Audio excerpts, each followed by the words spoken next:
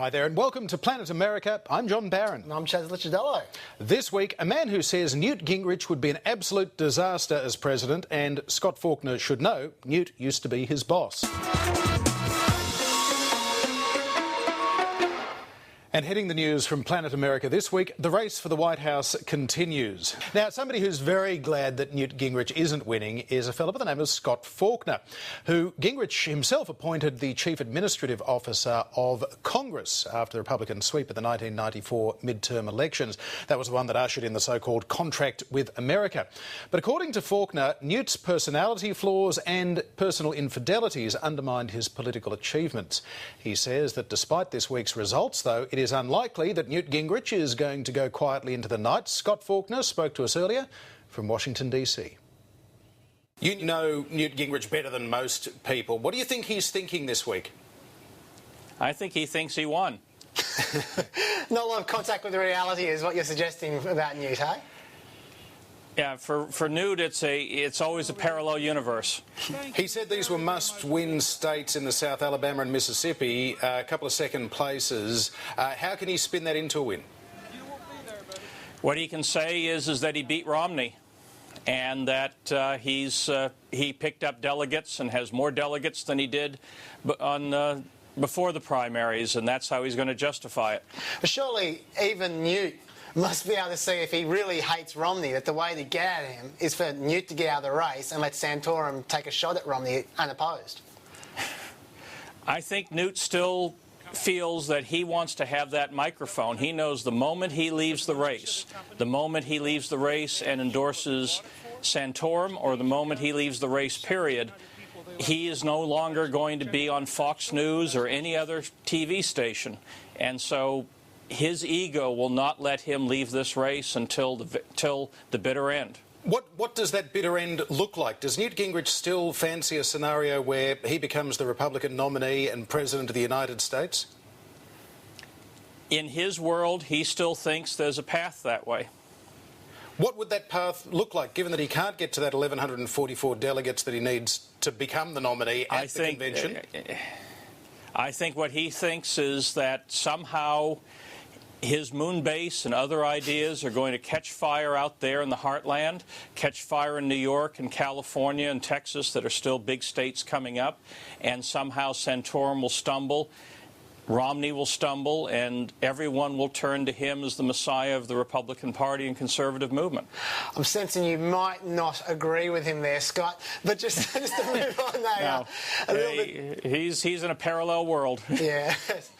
Just as someone who knows Newt quite well, I'm just observing him over the last 4 or 5 years. He used to be pro cap and trade. Now he's completely against all global warming and amelioration whatsoever. Mm-hmm. He used to be for the healthcare reform. Now he's against it. It seems to me that almost the only thing he's been constant on for the last 5 or 6 years is a desire to say the word frankly, profoundly and fundamentally.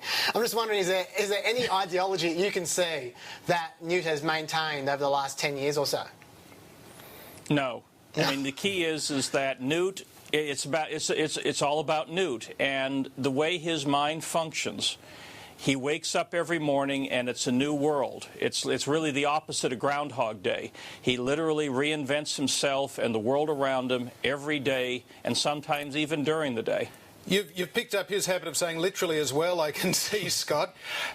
What sort of a president, if it were to happen, if the parallel universe of Newt Gingrich were to converge with our own and he were to become the nominee and president, what kind of president would he be?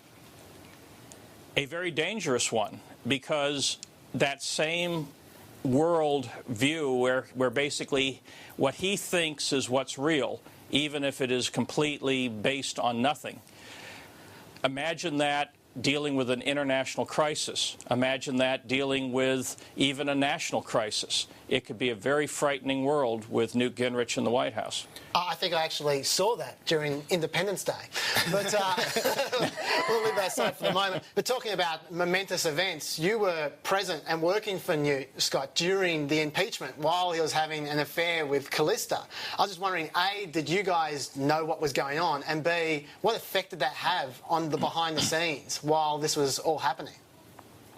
Right. Well, actually, I'd already cycled out as chief administrative officer at the time that the impeachment rolled around. But even Callista admits that the affair began back in '91.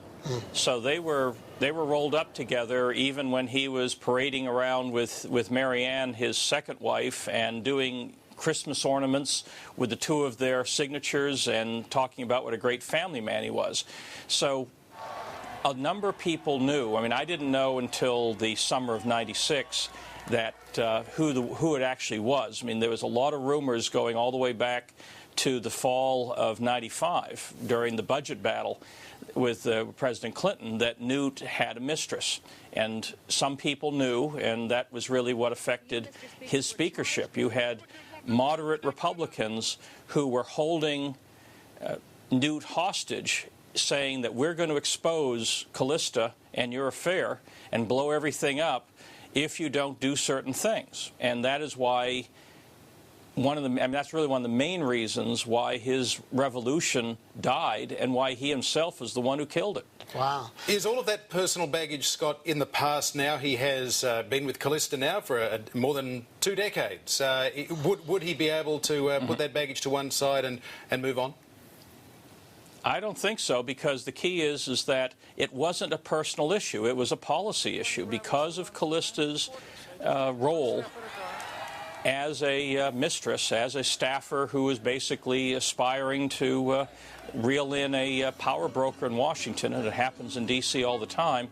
It fundamentally impacted his own revolution. And that's going to be a valid point to discuss should he be the nominee.